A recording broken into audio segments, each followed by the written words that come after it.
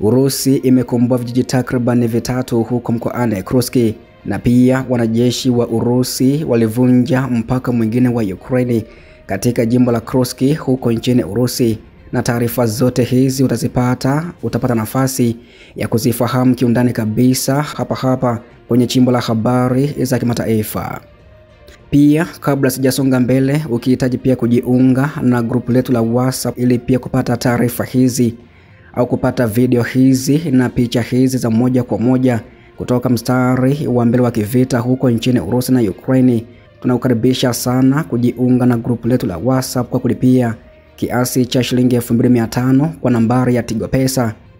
au Mix by Yasi kwa sasa, ambayo ni 0679619650, yani 0679619650. Karibu sana pia ujiunge na grupu letu la WhatsApp ili kupata matukio moja kwa moja kutoka mstari wa mbele wa kivita.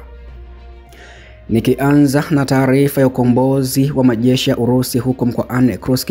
ambako wanajeshi wa Urusi wamekomboa vijiji takriban vitatu huko mkoani Kursk kuashiria maendeleo mapya dhidi ya jeshi la uvamizi la Ukraine katika jimbo la Kursk. Wizara ya Ulinzi mjini Moscow imetangaza hivyo saa chache zilizokwisha kupita kuhusu ukombozi wa maeneo hayo, ambako vijiji vya huko Viktorovinka, Nikolayevinka na Staraya Sorochina viko kwenye ncha kaskazini kabisa ya eneo linalodhibitiwa na Ukraine katika mkoa wa Kursk nchini Urusi,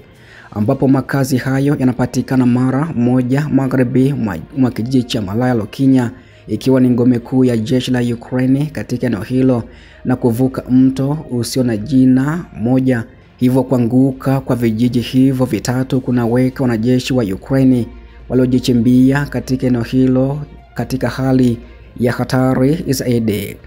Katika siku chache zilizokwisha kupita, mambo yamezorota kwa kasi kwa kikosi cha Ukraine katika eneo hilo, huku wanajeshi wa Urusi wanaendelea kusonga mbele na kushinikiza mji wa Sudzha, makazi makubwa zaidi chini ya udhibiti wanajeshi wa Ukraine huko mkoani Kursk.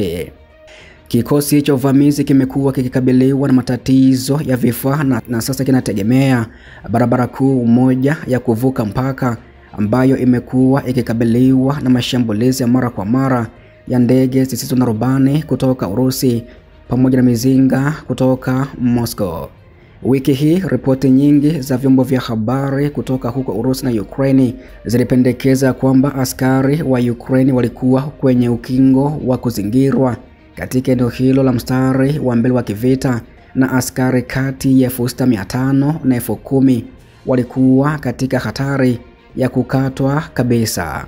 Madaraja yote yaliyo karibu na Sudzha yameripotiwa kuharibiwa, wakati uharibifu mkubwa wa miundombinu ya barabara unatatiza uwezo wa vikosi vya Ukraine kusambaza tena na ikiwezekana kuondoka kabisa katika eneo hilo. Pia ripoti ya awali kabisa ilielezwa na Agent Stivo na Onkreska Pravida ndani ya wiki hii Ijumaa ya kuwa vikosi vya Urusi vimepiga hatua kusini mwa mji wa Sudzha unaoshikiliwa na Ukraine, na kuna uwezekano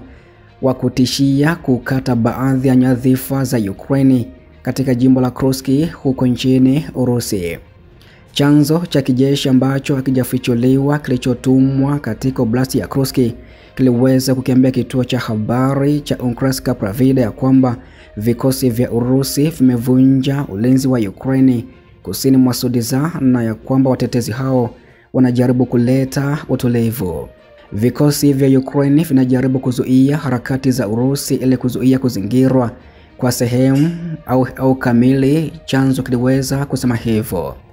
Japo msemaji wa kundi la vikosi vya Ukraine katika jimbo la Kursk alikataa pia kutoa maoni juu ya swala hilo. Vikosi vya Urusi hivi majuzi vimeongeza juhudi za kupenya hadi eneo la Sami na kukata njia za usafirishaji za maeneo mashuhuri ya Ukraine inayopakana na mkoa wa Kursk nchini Urusi, ambapo Kyiv imetaka kudumisha msimamo katika eneo la mpaka wa Urusi kama njia ya mazungumzo ya amani dhidi ya mataifa hayo. Wanajeshi wa Moscow karibu wamefika kwenye mpaka wa Ukraine kusini mwa maeneo ya Ukraine huko Sudiza, kumaanisha kwamba takribani baadhi ya maeneo yamekatwa kutoka kwa eneo kuu. Chombo huru cha Urusi maarufu kama Agent Stivo kiliweza kuripoti hivyo kikimnukuu mtaalamu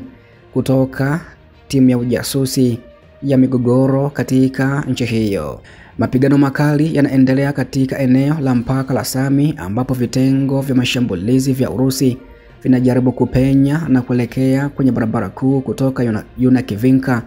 na katika eneo la Sami hadi Sudiza katika jimbo la Kursk nchini Urusi. Andrei Kovalenko, mkuu wa kituo cha kukabiliana na taarifa potofu katika Baraza la Usalama na Ulinzi la Ukraine, pia aliweza kusema hivyo.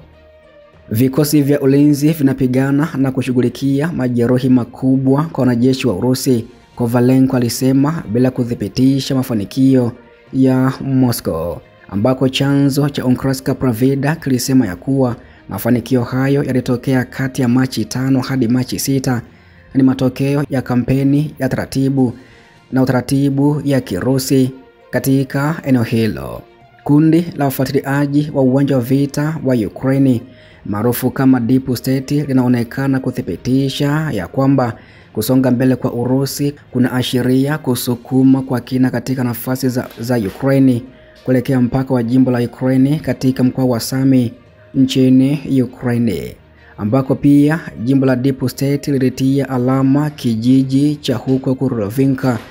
kilicho umbali wa kilomita 5 kusini mwa Sudiza kama eneo linaloshindaniwa kufikia Machi 6, ambapo huduma ya ufuatiliaji iliweza kuripoti maendeleo zaidi siku iliyofuata, yani Ijumaa ya Machi 7 mwaka huu, ambako pia idhaa maarufu ya Urusi inayounga mkono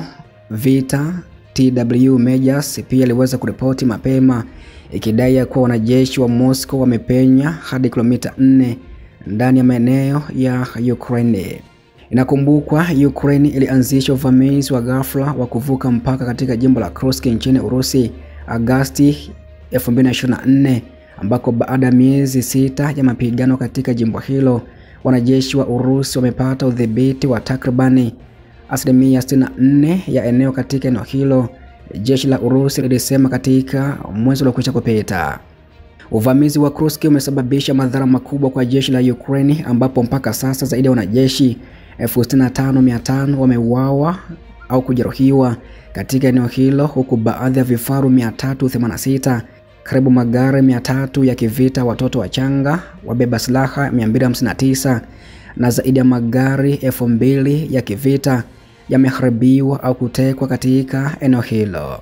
Pia Urusi yenyewe inadaiwa kupoteza askari karibu 40,000 katika eneo hilo la Kursk, ikiwa ni pamoja na zaidi ya 16,000 waliouawa. Mkuu wa wafanyakazi wa Ukraine aliweza kusema hivyo